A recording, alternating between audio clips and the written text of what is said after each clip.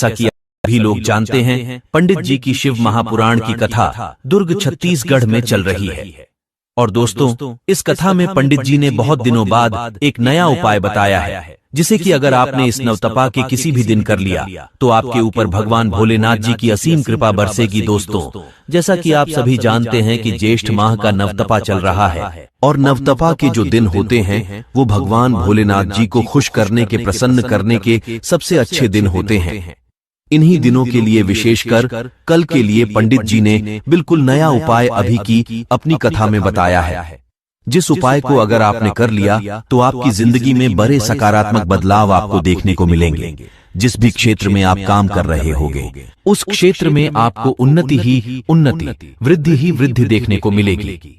दोस्तों, आज के इस वीडियो में हम जानने वाले हैं उस उपाय के बारे में। साथ ही हम यह भी जानेंगे कि ये उपाय किसे करना है, उपाय को करने की सही विधि क्या है। अगर आपने आज की पंडित जी की कथा नहीं भी सुनी है तो भी अगर आप इस एक वीडियो को देख लेते हैं तो निश्चित ही आपको ये वीडियो देख लेनी चाहिए। और सिर्फ एक वीडियो को देखने के बाद आपको और दूसरी कोई भी वीडियो देखने की जरूरत नहीं होगी। दोस्तों, आप सभी इस उपाय को पूरा अच्छे तरीके से ध्यान पूर्वक जरूर सुने, क्योंकि जो भी उपाय पंडित जी नया बताते हैं उस उपाय को जो लोग सबसे पहले करते हैं उन्हें इसका विशेष फल प्राप्त होता है। इसलिए आपको इस मौके को अपने हाथ से नहीं जाने देना चाहिए। इस नवतपा के दिनों को अपने हाथ से नहीं जाने देना चाहिए और इस वाले उपाय को आपको दोस्तों जरूर कर लेना चाहिए। तो चलिए दोस्तों, अब मैं आपको सबसे पहले बताता हूं कि आज का वह विशेष उपाय क्या है, जिसे कि पंडित जी ने कल में आपको किसी भी पेड़ के नीचे पार्थिव शिवलिंग बनाना है। तो चलिए दोस्तों, जानते हैं कि इस उपाय को आपको कैसे करना है। लेकिन उससे पहले दोस्तों, अगर आप भी भगवान भोलेनाथ के सच्चे भक्त हैं तो कमेंट में हर हर महादेव जरूर लिखें। दोस्तों, अगर आपके जीवन में बहुत ज्यादा दुख और परेशानी है, चाहे वह धन से जुड़ी हुई हो, चाहे वह किसी भी प्रकार की दुख एवं समस्या हो, या फिर आपके घर में रोग एवं बीमारियों ने अपना डेरा जमा लिया हो, हर वक्त कोई ना कोई बीमार रहता हो और उसके लिए आपने कई उपाय करके देख लिए, कई व्रत त्योहार करके देख लिए, लेकिन इसमें आपको सुधार नहीं मिला, तो दोस्तों यह उपाय करके भी आपको जरूर देख लेना चाहिए, क्योंकि यह उपाय कोई मामूली उपाय नहीं बल्कि शिव महापुराण में बताया गया उपाय है। कहने का मतलब यह है कि अगर आपने यह उपाय सही ढंग से कर लिया तो आपको अपने जीवन की परेशानियों का समाधान तुरंत ही मिल जाएगा। दोस्तों, ये जो उपाय है पेड़ के नीचे शिवलिंग बनाने वाला या कहें कि गमले के नीचे शिवलिंग बनाने वाला उपाय, इस उपाय को करना किसे है? तो दोस्तों, घर की जो भी बड़ी माताएं बहनें होती है, अगर वह इस उपाय को करें तो बहुत अच्छा होगा। लेकिन अगर किसी कारणवश हो इस उपाय को ना कर पाए तो फिर उस स्थिति में घर में जो भी बड़े मौजूद होंगे, चाहे फिर वो पुरुष ही क्यों ना हो, इस उपाय को कर सकते हैं। कोई दिक्कत वाली बात नहीं है दोस्तों। इसी के साथ मैं आपको बता दूं कि इस उपाय को आपको सुबह के वक्त करना है, शाम के वक्त प्रदोष में। इस उपाय को आपको नहीं करना चाहिए। इसी के साथ दोस्तों, हम यह भी जान लेते हैं कि इस उपाय को आपको किस जगह करना है। तो दोस्तों, इस उपाय को आप अपने घर में तो कर ही सकते हैं, बल्कि अपने घर के बाहर भी कर सकते हैं। यानी कि अगर आपके घर में गमला लगा हुआ है और उस गमले में कोई भी छोटा पौधा है तो आप उस गमले में भी इस उपाय को कर सकते हैं। अन्यथा आप किसी बड़े छायादार वृक्ष के नीचे भी इस उपाय को कर सकते हैं। बस आपको इस बात का विशेष रूप से ध्यान रखना है कि अगर आप इस उपाय को गमले में कर रहे हैं तो उस गमले में तुलसी जी का पौधा नहीं होना चाहिए, क्योंकि तुलसी जी के पौधे के नीचे इस उपाय को नहीं किया जा सकता। ठीक है। अब दोस्तों, इस उपाय को करने के लिए आपको किन चीजों की आवश्यकता होगी, यानी कि इस उपाय को करने के लिए आपको कौन सी सामग्री चाहिए होगी, यह भी हम जान लेते हैं। तो दोस्तों, इस उपाय करने के लिए आपको 5 बेलपत्र की आवश्यकता होगी और साथ ही 2 लोटा जल भी इस उपाय को करने के लिए आपको चाहिए होगा।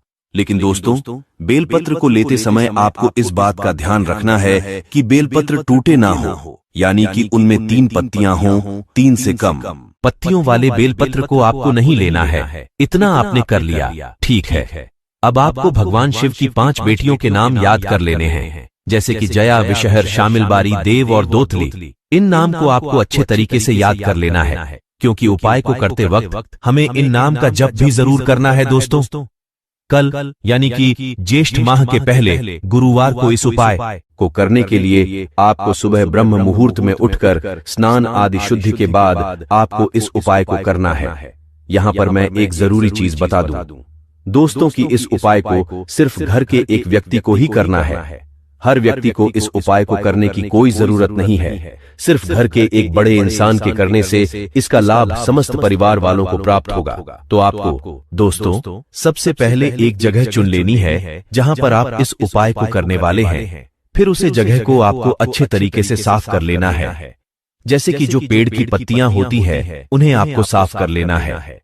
अगर पेड़ या गमले की मिट्टी में कोई गंदगी है तो आप वहां पर थोड़ी सी मिट्टी अलग से लाकर भी रख सकते हैं। फिर आपको उस पेड़ या गमले के नीचे पार्थिव शिवलिंग का निर्माण करना है। पार्थिव शिवलिंग का मतलब होता है दोस्तों की आपको उसे पौधे या उसे पेड़ की जो मिट्टी है उसी से एक छोटे आकार का शिवलिंग अपने हाथों से बनाना है। फिर इस शिवलिंग को बनाने के बाद दोस्तों आपको जो 5 बेलपत्र आप लेकर के आए थे इन सभी बेलपत्र को आपको एक एक करके ये जो पार्थिव शिवलिंग अभी आपने बनाया इनके ऊपर आपको समर्पित करते जाना है। और प्रत्येक बेलपत्र चढ़ाने के साथ आपको शिव जी के 5 बेटियों का नाम लेना है।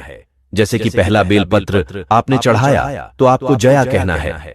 फिर दूसरी बेलपत्र जैसे ही आपने चढ़ाया तो आपको विषहरा बोलना है। फिर जैसे ही आपने तीसरा बेलपत्र भोलेनाथ को अर्पित किया तो आपको श्यामली बारी बोलना है। फिर चौथे बेलपत्र को अर्पित करते हुए आपको धोतली और 5वें बेलपत्र को अर्पित करते हुए देव कहना है। इस तरीके से आपको 5 बेलपत्र शिव जी को अर्पित करने हैं। इतना आपने कर लिया, ठीक है। उसके बाद दोस्तों अब जो 2 लोटा जल आप लेकर के आए थे इस 2 लोटे जल से आपको शिव जी का अभिषेक करना है। यानी कि इस जल को आपको शिव जी को इस तरीके से चढ़ाना है कि दोनों लोटा आमने सामने हो। इतना आपने कर लिया दोस्तों, ठीक है। अब आपको उसे शिवलिंग के सामने एक घी का दीपक प्रज्वलित करना है। और यह जो दीपक आपको शिव जी के सामने लगाना है ये अगर आटे से बना हुआ हो तो सबसे बेहतर है। अगर आटे का दीपक आपके पास मौजूद नहीं है तो फिर आप मिट्टी का दीपक भी ले जा सकते हैं। इसके बाद दोस्तों आपको वहीं बैठकर भगवान से अपनी दुख तकलीफ परेशानी साझा करनी है। उनसे प्रार्थना करनी है कि हे प्रभु आप अपने इस बच्चे की परेशानी को जल्दी खत्म करें।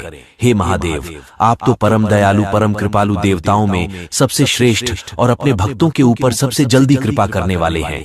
हे नाथ मेरी भी पुकार सुनने और मुझ पापी पर भी कृपा करें प्रभु।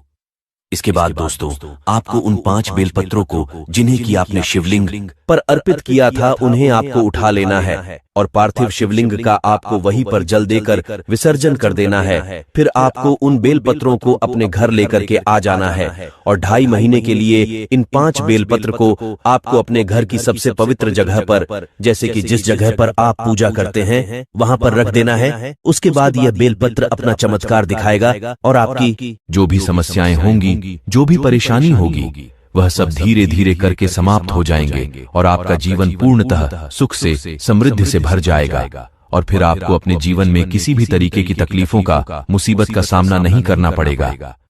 तो दोस्तों चलिए जानते हैं इस दूसरे उपाय